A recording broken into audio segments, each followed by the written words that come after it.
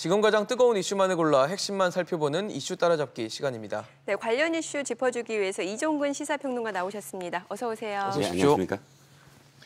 어제 이제 G20 주요 20개국 정상들이 화상을 통해서 회의를 하는 일이 있었는데 아무래도 문재인 대통령도 참석을 했죠. 거기서 좀 눈여겨볼 만한 발언들이 좀 있었던 것 같아요. 네, 그렇습니다. 일단 G20이 사상 초유 처음으로 이제 화상 회의를 했죠. 그러니까요. 화상에서 20개 국가의 정상들이 서로 순번을 정해서 발언을 한 겁니다. 예. 문재인 대통령은 15번째로 발언을 했고요. 전체적으로 좀 압축을 하면 세 가지를 제안하신 것 같아요. 네. 첫 번째는 이제 코로나19 치료제와 백신 개발을 위해서 전 세계가 힘을 합쳐야 된다는 것. 두 번째는 확정적 거시 정책을 지지해야 된다는 것. 그다음 세 번째는 국가 간 경제 교류를 지속해야 된다는 것. 이 세 가지가 왜 중요하냐면 사실 이 글로벌 무역이라든지 글로벌 경제가 코로나19 직전까지 굉장히 고립주의적인 경향이 강했어요. 특히나 무역주의식으로. 그렇죠. 미국 트럼프 대통령이 좀 앞장서서 그렇죠. 관세를 좀 높이고 서로의 장벽을 굉장히 높이는 그런 정책을 펴왔거든요. 예. 그런데 지금의 이 코로나19 때문에 사람과 물자 이동이 금지되면서 실물 경제 위기와 금융 위기가 동시에 닥친 이 상황에서 그런 고립주의를 탈피해야만 우리가 사실 우리 전 세계가 서로 공조하고 이 위기를 극복할 수 있다. 이런 것들을 사실 문재인 대통령이 세 가지로 압축해서 제안한 게 아닌가. 이 세 가지가 사실 어저께 공동 선언문에 네. 표현은 약간 다르지만 네네. 많이 담겼다라고 할 수가 있겠습니다. 네, 최근 문재인 대통령이 또 코로나19 관련해서 각국 정상들과 10차례 전화 통화를 했다고 하는데 특히나 이제 미국 트럼프 대통령이 우리한테 진단키트 지원해달라고 요청을 했어요. 뭔가 우리나라의 그 국가적인 위상 자체가 좀 올라간 것 같다는 생각도 들거든요. 네, 그렇습니다. 제가 기억하는 것도 프랑스 대통령이 직접 먼저 전화를 걸어서 네. 그러니까 먼저 통화를 하자 하고 네. 이제 약속을 잡고 그러니까 프랑스 대통령만이 아니라 다른 나라도 거의 우리가 요청한 것보다는 이번에는 다른 나라에서 먼저 요청해서 네. 통화가 이루어진 곳이 많습니다. 어저께 문재인 대통령이 화상 회의에서도 전 세계가 임상 경험과 그다음에 방역 데이터 이 데이터를 공유해야 된다 이렇게 말씀하셨는데 사실은 우리나라 것을 공유할 수 있다 이런 뜻이 많이 담겨 있을 것 같아요. 그만큼 우리가 진단 키트 부문에서는 세계의 첫 손가락에 꼽힐 정도로 이 방역과 관련해서 한 모범 사례로 지금 꼽히고 있지 않겠습니까? 그래서 진단 키트의 지원 문제라든지 또 데이터를 공유하는 문제라든지 이런 것들이 코로나19를 극복하는데 상당히 선도적인 우리나라가 선도적인 역할을 할 수 있지 않나. 그것 때문에 각국이 먼저 이렇게 통화를 하자라고 이렇게 쇄도하지 않았나 싶습니다. 네. 아무래도 우리나라의 코로나19 방역 시스템 또 이런 체계들을 인정받았다는 측면에서는 되게 반가운 일이긴 한데 네. 국내에서는 여전히 코로나19 대응 갖고 여러 가지 말들이 많습니다. 특히 네. 요즘에 논란이 되고 있는 게 이 재난기본소득인데 네. 경기도에서 이재명 경기도지사가 이제 재난기본소득을 도민 한 명당 10만 원씩 주겠다라고 했더니 이 장덕천 부천시장이 이걸 공개 비난을 했었단 말이죠. 네네. 근데 바로 또 이번에는 공개 사과를 하면서 결국 경기도도 이제 부천시를 빼지는 않기로 했다고 하는데 이 과정이 좀 왔다 갔다 하다 보니까 논란도 많고 더 논란이 좀 커지는 느낌이 아니었나 싶거든요. 네, 파장이 굉장히 커졌죠. 결국은 장덕천 부천시장 같은 경우는 핀셋 그러니까 전부 다 이 돈이 필요한 것보다는 급한 부문에 먼저 투여를 하자. 자영업자나 소상공인들에게 그렇죠. 자영업자 소상공인에게. 그러니까 10만 원을 전부 지급하는 그 재원이면 400만 원을 그들에게 먼저 지원할 수 있다. 즉 이제 선별적으로 하자라는 네네. 것이고 이재명 지사는 부천 아니다. 빼겠다고 보편적으로 했었네요. 하자. 다 함께 지금 해서 이 마중물을 만들어야 된다. 이런 공방은 사실 저는 바람직하다고 생각을 해요. 그러니까 이게 논란이 아니라 사실은 보편적이냐 선별적이냐라는 이런 어떤 공방은 사실 굉장히 기본적으로 수십 년간 해온 복지 정책에서의 두 가지 아닙니까? 어느 것이 무조건 맞다, 어느 것이 무조건 틀리다라는 것이 아니라 어떤 상황에서 어떤 것은 보편적으로 또는 어떤 상황에서 어떤 것은 선별적으로 이런 어떤 그런 뭐 논란이라기보다는 공방은 계속 해야 되는데 저는 어쨌든 이건 공공재잖아요. 네네. 이게 어떤 사람의 뭐 예를 들어 지자체 단체장의 돈이 아니라 국민들, 시민들이 세금이죠, 낸 결국. 세금입니다. 1조 3천억 원에 가까운 그런 재원을 쓰는 데 있어서 단체장이 마치 자신의 어떤 그런 그 돈인 것처럼 특정 부분을 뺀다, 특정 지역을 뺀다, 안 뺀다 하는 것은 사실 적절해 보이진 않거든요. 네. 예를 들자면 이것을 확대한다면 대통령이 어떤 정책을 폈는데 특정 지자체가 반대 의견을 냈다고 해서 그 지자체에 대한 주민들만 제외한다면 그 주민들은 국민의 한 사람인데 그렇죠. 그 주민들만 피해를 볼 수 그럴 있지 수 않겠습니까? 있겠죠. 그래서 네. 이 과정 그러니까 이 시작의 어떤 그런 이 공방은 필요한 공방이었으나 네. 그 과정 자체는 사실 좀 부적절하지 불필요하거나, 않았나 네. 뭐 그런 아쉬움이 좀 남습니다. 네. 사실 근데 이재명 경기도지사가 그 코로나 사태 때 이제 신천지 잡기로 관심을 끌었고 뭐 최근에는 이제 재난 기본소득으로 다시 한번 주목을 받고 있는데 뭔가 정치 승부수 자체가 좀 통하고 있는 걸까요? 어떻게 보시나요? 네, 일단 뭐 정치 공학적으로만 말씀을 드리면 여론조사에서도 그 직전까지 코로나19 사태 직전까지는 예. 단단히였어요. 그러니까 네. 그러니까 두 자릿수가 아니라 한 자릿수에 지금도 보니까 뭐 5.4 이 정도 유지하고 있는 그렇죠. 것 같은데요. 5%대에 계속 유지를 해왔습니다. 그리고 그 당시에 예를 들어서 이재명 지사를 키워드로 검색을 해보면 연관 키워드 검색어가 부정적인 것이 굉장히 많았거든요. 작년에 얘기가들이 많았으니까요. 그렇죠. 또. 친형 가족들과 관련된 그런 논란들이 연관 검색어로 계속 나오는 어떤 상황이었는데 이번에 코로나19를 맞이해서 나름대로 어찌됐든 굉장히 카리스마 있고 과단한 어떤 그런 이 결단력을 보여줬고 이런 부분들이 이어지면서 상당히 지지율이 올랐습니다. 지금 13.5%라고 나오고 있죠. 예. 죄송합니다. 이낙연 전 총리를 제외하고는 여권의 여권의 그 대권 후보들이 사실 굉장히 없었어요. 단단이었는데 이번에 13.5%를 차지하면서 급부상하는 모양새입니다. 지금 뭐 사실 이재명 도지사도 눈길을 끌었지만 어제 또 좀 논란이 되고 얘기들이 많이 됐던 게 이 권영진 대구시장이었어요. 어제 회의를 하다가 나중에 시의원과 마찰을 빚고 그 이후에 회의장을 나오면서 실신을 하는 일이 벌어졌던데 이거 어떻게 된 일인가요? 네, 대구시 의회에서 더불어민주당 소속 의원들은 지금 이 재난소득과 관련해서 긴급히 빨리 그러니까 총선 전에 지급을 해야 되고 현금으로 지급해라라는 입장입니다. 그런데 권영진 대구시장은 날짜를 못 박을 수는 없다. 그런데 최대한 빨리 하겠다라는 대답을 했고 두 번째는 그것이 이 시 자체에서 어쨌든 마중물이 되려면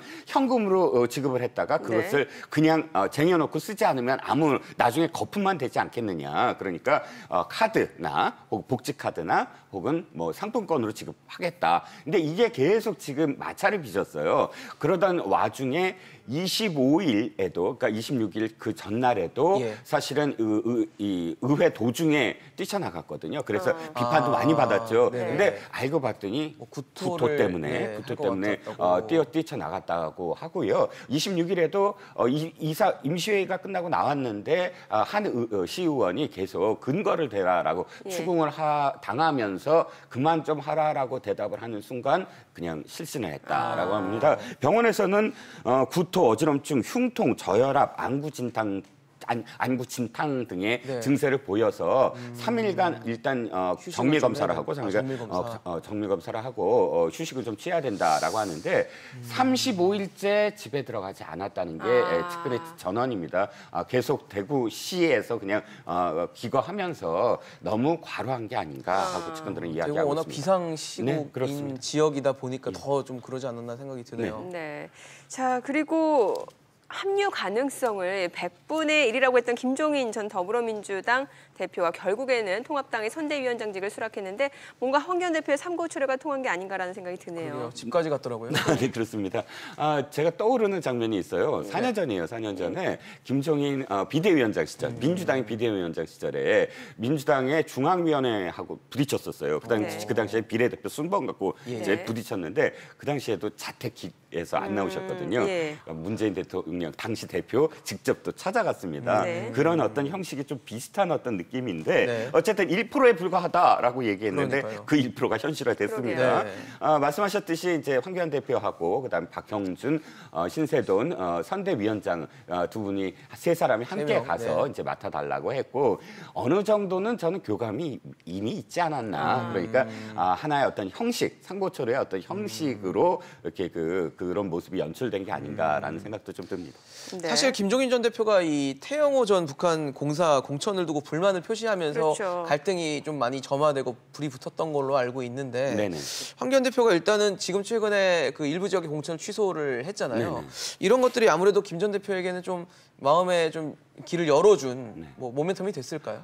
그럼요. 어찌됐든 김종인 선대위원장이죠. 이제 선대위원장이죠, 이제. 불러도 되는지 모르겠지만 예. 어쨌든 김종인 위원장 같은 경우는 자신이 사실 그 선대위원장을 맡긴 했지만 권력 그러니까 파워의 근거가 없어요. 왜냐하면 자신이 공천에 관여하지 않았잖아요. 그러니까 뭔가 자신이 선대위원장을 맡으려면 자신의 어떤 권력에 대한 그런 뭐랄까 밑그림 내지는 그 원천을 보였어야 되는데 그것이 바로 공천 잘못됐다. 그런데 지역적으로는 강남 공천을 핀셋으로 했어요. 그러니까 강남 공천이라는 것이 이 지금 통합당이 갖고 있는 하나의 상징이거든요. 그렇죠. 통합당의 가장 상징적인 그런 지역구니까 저는 특정 호불호를 했다기보다는 예. 강남 지역 선거가 잘못됐다라고 이야기하면서 그러니까 통합당의 어떤 그런 근간을 자기가 무엇인가 할 수 있다라는 그런 모습을 보이는 것. 그러니까 한 번 판을 흔드는 김종인 위원장의 하나의 어떤 승부수였다고 보거든요. 어쨌든 태영호 공사를 움직이지는 않았잖아요. 예, 예. 태영호 공사는 하나의 어떤 뭐랄까요 소재? 표현이 좀 이상합니다. 어쨌든 그런 형식으로 쓰여지지 않았나 싶고요.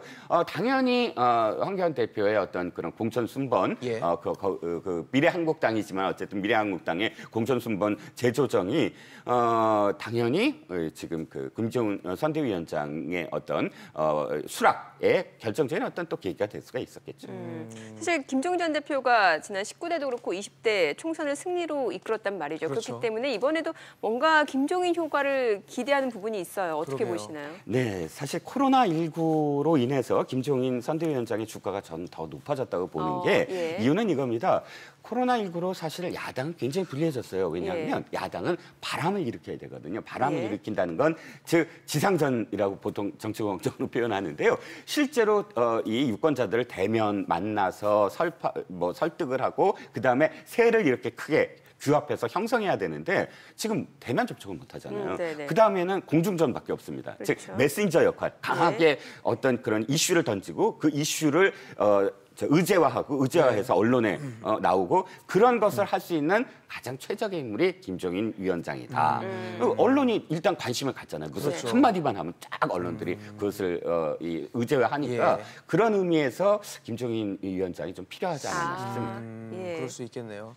또 더불어민주당도 계속 좀 얘기들이 나와요. 더불어민주당과 또 위성정당 격인 이 더불어시민당에서 열린민주당을 요즘에 선도 긋고 견제도 굉장히 많이 하고 있는데 더불어시민당의 우희정 공동대표는 뭐 서자 수준도 아니다라는 어떻게 보면 굉장히 강력한 그렇죠. 좀 치명적일 수 있는 표현을 썼는데 네네. 아무래도 열린민주당의 존재가 불편하기 때문에 이런 발언이 나오는 거겠죠. 당연하겠죠. 예. 그 25일입니다. 25일 포털 검색어에 참칭이라는 말이 예. 1위로 올랐어요. 맞아요. 이해찬 전 대표, 예, 이해찬 대표의. 그렇죠. 잘 쓰이지 않는 말이기 때문에 아마 올린 것 같은데 이해찬 대표도 날이 갈수록 세집니다. 문재인 정부를 참칭하지 마라 25일 날 했고요. 어저께는 또 민주당을 사칭하는 사람들이다라고 했고요. 매일같이 이렇게 이야기하는 건 사실 선거라는 건 절박성이 보여야 되거든요. 절박함. 이 당은 지금 굉장히 절박해 보이네. 유권자들로 하여금 그런 마음을 불러일으켜야 되는데 그 직전까지 그러니까 25일 직전까지는 아주 여유 있게 보였어요. 열린민주당도 괜찮고 우리 더불어시민당도 괜찮아. 이런 느낌이었거든요. 이해찬 대표도 사실은 표현이 조금 그랬습니다. 그러니까 막 열린민주당을 그렇게 공격하지 않았거든요. 예. 우리가 확장된다 뭐 이런 정도의 어떤 생각이었어요. 그런데 이것이 지역구에는 굉장히 불리하게 돼요. 저 당은 뭐 여러 정당도 있고 위성 정당을 갖고 있고 그러면 굉장히 괜찮네, 절박해 보이지 않네. 그렇네요. 이런 그러니까 지지자들이 결집하는 효과를 떨어뜨리는 게 되거든요. 그렇기 때문에 이 선거일이 가까울수록 우리는 지고 있습니다. 우리는 지금 절박합니다.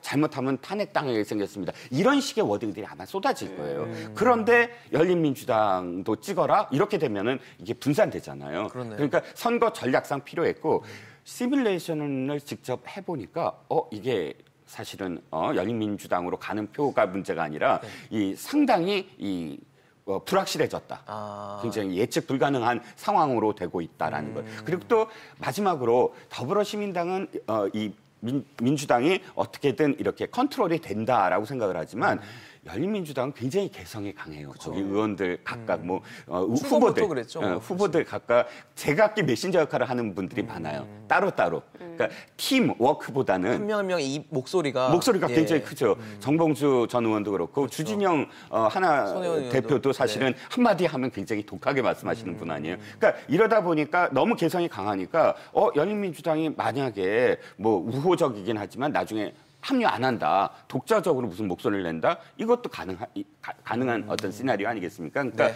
여러 가지 의미로 더불어시민당으로 결집해야 된다라는 메시지를 아마 앞으로도 계속 내지 않을까 싶습니다. 네, 알겠습니다. 오늘 이종근 시사평론가였습니다. 말씀 잘 들었습니다. 고맙습니다. 감사합니다.